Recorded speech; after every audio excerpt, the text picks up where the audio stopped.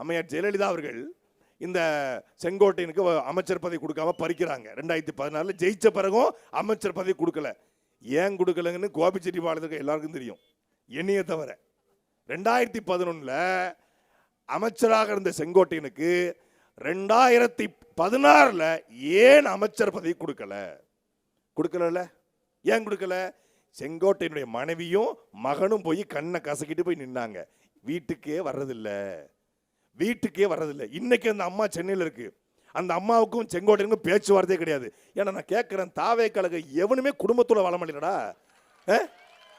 எவனுமே அங்க விஜய் குடும்பத்தோட வாழ்றதில்ல, ஆதவர்ஜனா குடும்பத்தோட வாழ்றதில்ல, ஆர்கே நகர் வேட்பாளர் மரியவல்சன் குடும்பத்தோட வாழ்றதில்ல. அந்த பக்கம் பார்த்தா அந்த மயிலாப்பூர் தாவேக்கா வேட்பாளர் பொருளாளர் வெங்கட்ரமணன் அவன் குடும்பத்தோட இல்ல. இங்க செங்கோட்டையனும் குடும்பத்தோட இல்ல. குடும்பத்தோட இருக்காரு, அவர் குடும்பத்தோட இல்ல. நான் கேட்கறது தமிழக வெற்றி கழகமா இல்ல பொண்டாட்டி எதிர்ப்பு கழகமானது? அன்னைக்கு நான் கேட்கல, ஒரு அம்மா கேக்குது. ஒரு அம்மா என்ன கேக்குது, கோயம்புத்தூர்ல தாவேக்காரன் ஓட்டு கட்டு போயிட்டு இருக்கான். அப்போ ஒரு அம்மா காய்கறி வித்துக்கிட்டு இருக்கு.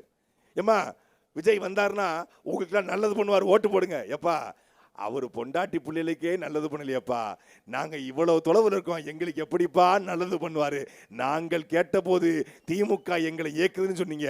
இப்ப மார்க்கெட்ல இருக்கிற ஒரு அம்மா கேக்குது, என்ன பதில் சொல்ல போறீங்க?